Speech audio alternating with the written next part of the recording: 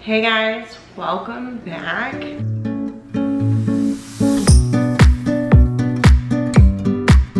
I can't believe it's been a year and 1,000 views since I posted my last video about me resigning from teaching. I really kind of expressed where I was at mentally, why I was struggling so much with teaching, with the commute, with my kids.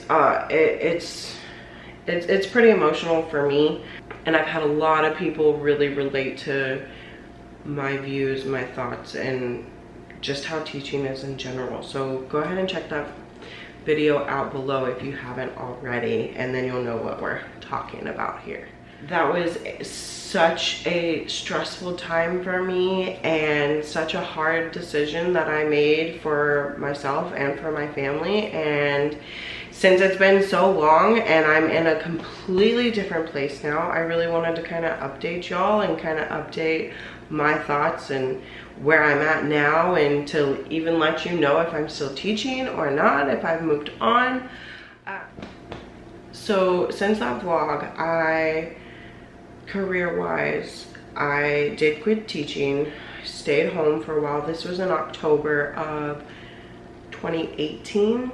I kind of didn't really do much. I did, during Christmas break, I did try to apply for jobs, apply for teaching positions. I mainly went on one interview. I might have had another one, but I went on one interview for, it would have actually been perfect. It was a geometry teacher that just up and resigned, I guess kind of like what I did. It was just gonna be for 4 months. This was in February. So from February to the end of school, that would have been perfect. It would have been just kind of a easy transition back into school to see if this is what I was wanting, just in a different location, closer to home, better hours, better pay compared to where I was at in Bryan ISD, and no commute or anything like that, making it stressful with the boys and all that stuff.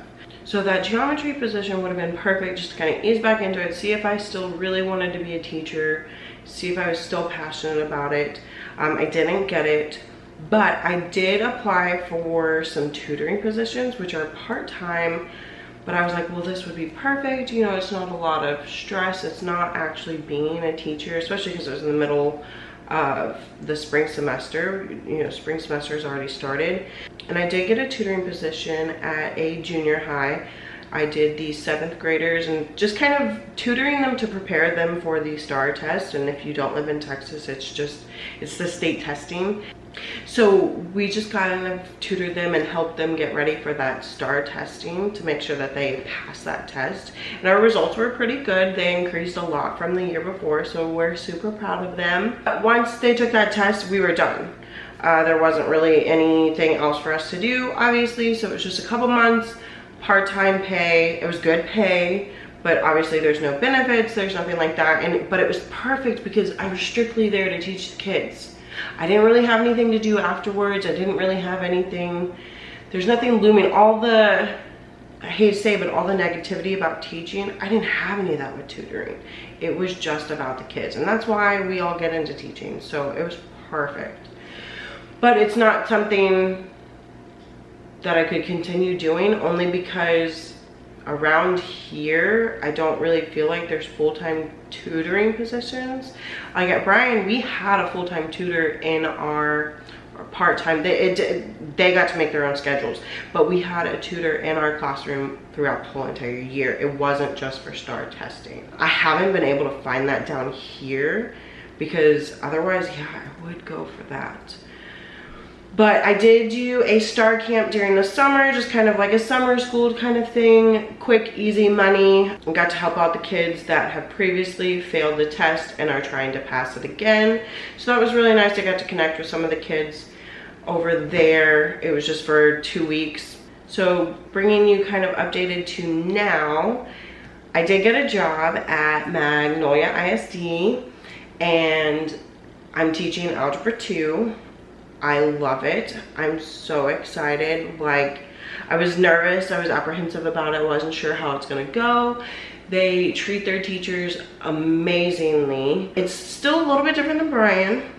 in so many different ways. There's so many ways that it's so much better, but there are a couple things that I'm like, man, I had that at Brian and it was so nice. But I promise you the advantages way overpower the disadvantages.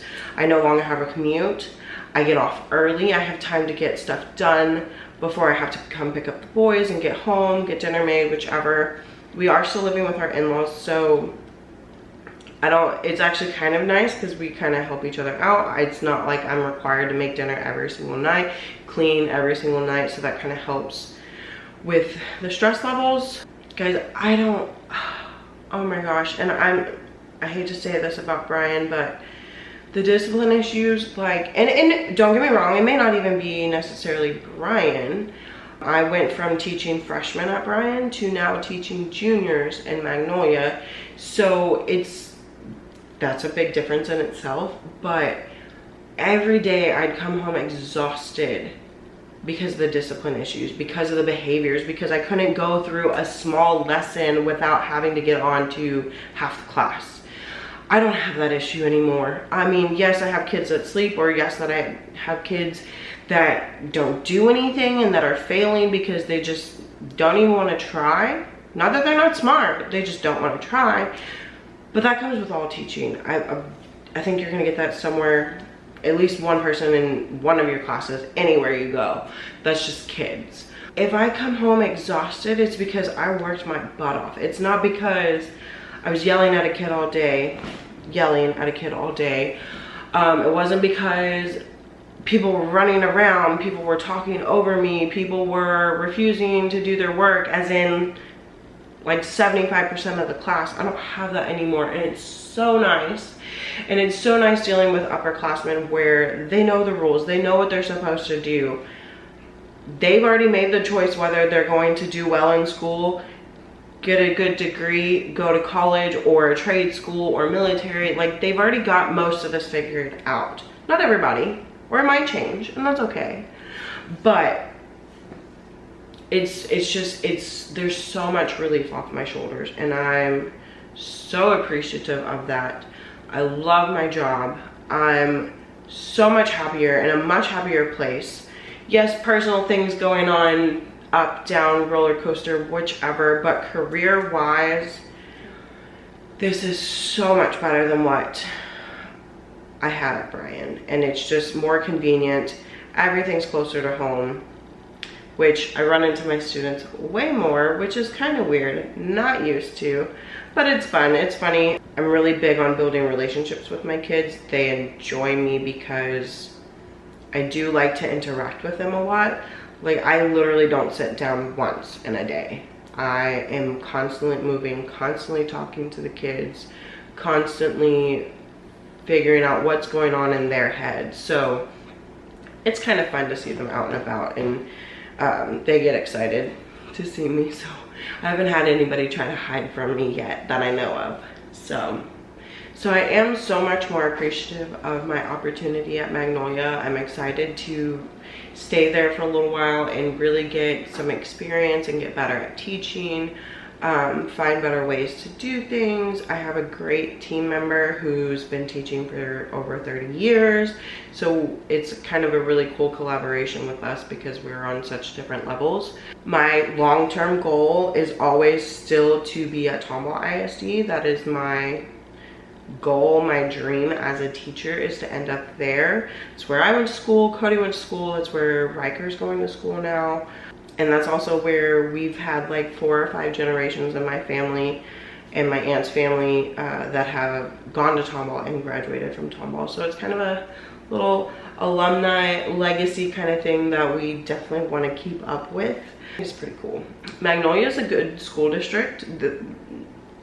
Where we're at, they are my number 2 option, but Tomball has been rated one of the top school districts in Houston year after year after year after year. Their ratings are way up there. I felt like I got a very good education, Cody as well, so we would like to stay in that area versus the kids coming to school with me.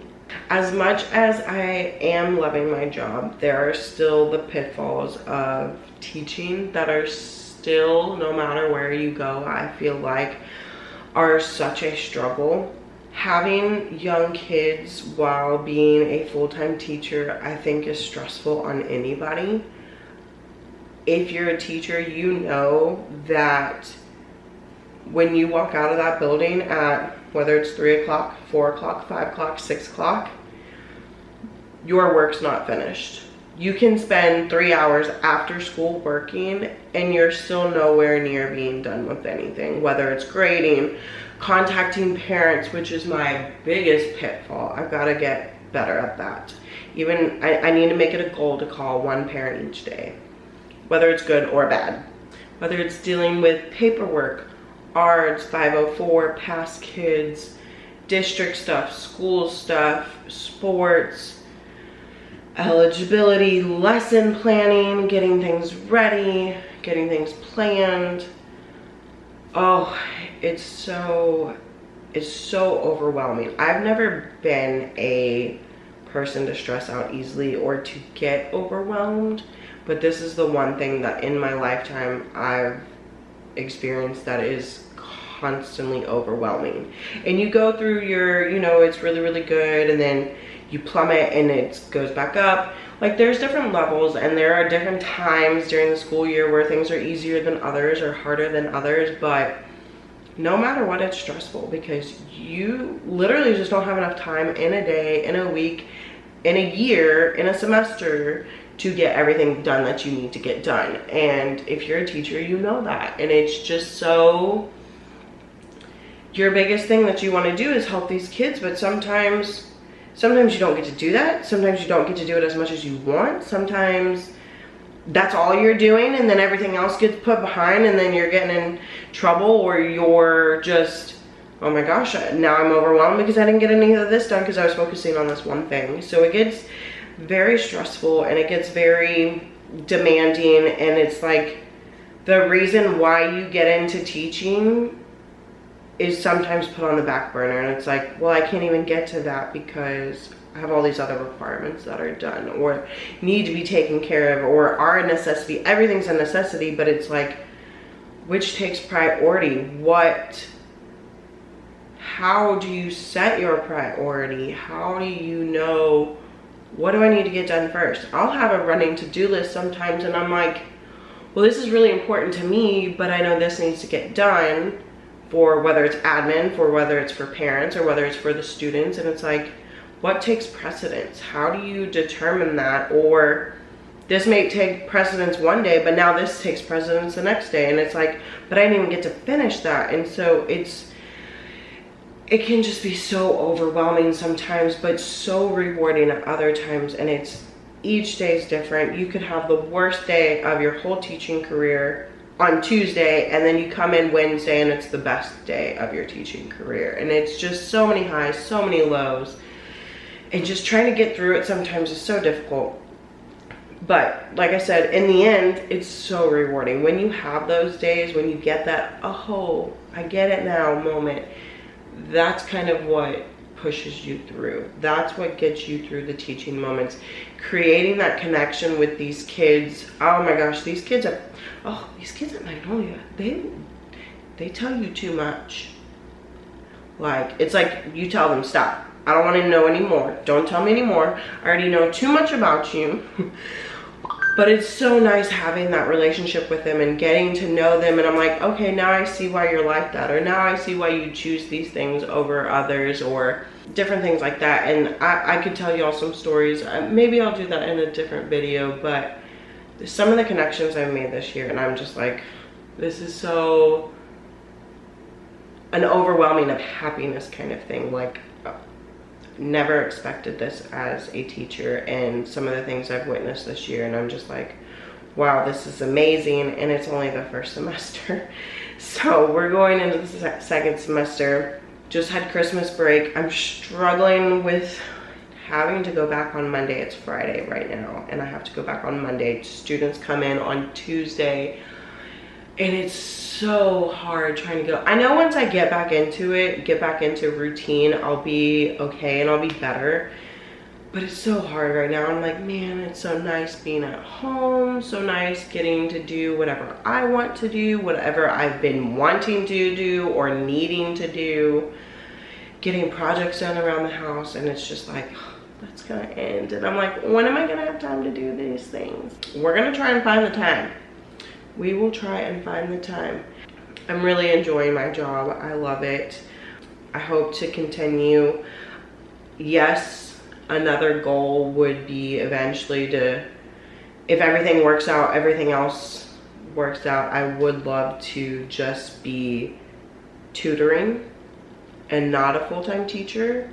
But with that comes, we would have to have benefits from Cody's side, and we would have to have enough money to cover the difference of what I'm making now versus what I would make as a tutor, which, to be honest with you, I don't feel like is too big of a difference. It's not like a huge drastic drop, but it is a bit of a drop. And so while I would love to get to that point to where all I have to do is just focus on those kids, that is my ultimate dream goal, is to just be able to do that. Because like I said, while I love teaching, all the other overwhelming stuff, I don't think you have to do as a tutor. And so that would be nice to just be able to do those kinds of things. So those are kind of my two main goals, is to get a position with Tomball ISD and or eventually get to the point where we're financially stable enough that I could just tutor and not teach. Just so I feel like I can reach more kids that way. And because I have so many other dreams and aspirations that I want to tackle in my lifetime. And if you want to know about those, you'll have to stay tuned for our 2020 video. But that's kind of what I've been doing since I quit teaching and Brian. I'm so much happier now, so much better mentally, in such a better place than what I was 2 years ago. Well, a year ago, a little over a year ago now. So many things have changed, so many things have happened that have just made teaching and made my life so much easier and so much more manageable, that I can actually get a handle on things versus what I was doing before. Which before I was having mental breakdowns, crying all the time, just couldn't, I was just overwhelmed with stress and just anxiety about what I was doing and what I wasn't doing, mainly what I wasn't doing, not being a great teacher for those kids that I needed to be. And I don't have that now, and it's so nice, so much better for me, so much better for my family. I think they would even be able to attest that I'm in such a different place than what I was a year ago. So thankful for that. I'm so thankful for all the opportunities I have been given. I've met so many great people along the way, so many people that are willing to help me out, which is really grateful for me, and grateful for them to give me a second chance at teaching and doing what I love. I hope that I can continue to keep doing well and getting better at my job and being the best teacher that I can and helping those kids as best as I can, because I just want to be that person for them that either changes something in their life or just helps them get along to the next place so that they can succeed in their life and their career and what they want to do as a person in this society. So thank y'all for watching. Thank you for being on this journey with me. I appreciate all the feedback I've ever gotten for my teaching decisions and what I've done in the past, and quitting and resigning. And honestly, real quick about that, I was actually shocked at how much feedback and how much support I got. I was really worried that I would get so much hate. I think I only had one person that was like, it's only your second year and you're already quitting. Everybody else was more along the lines of, oh my gosh, you're so strong, you're so courageous for putting your foot down and doing what you need to do to make yourself happy. And I was blown away by that kind of feedback. I've had people reach out to me, I've had people ask me for advice. It was just so, even the support of my husband. Yes, things got worse. financially for us after that point. That might be something I talk about later on in a different video. Even the support of my husband, my supervisor at my old job at Bryan. There wasn't one other coworker that was really upset and didn't take it very well. But other than that, like I said, I've gotten so much support and saying how much they appreciated me having the courage to do what I did. And I really appreciate that. That means a lot to me, especially when I was in such a low place at that time. It really meant the world to me. So I really appreciate that. I really appreciate y'all's support. And if y'all have any questions, if y'all want to talk about anything about teaching, the stresses, the good things, the whichever, please let me know. I'm more than welcome to talk about teaching. I like getting other people's perspectives. I like getting other people's advice, suggestions, whichever. Let me know. Leave me a comment, like, subscribe, whichever. Follow me on Instagram. I'd like to get some more teaching stuff up on my Instagram, but we'll see. I will see y'all next time. Bye guys, thanks for watching.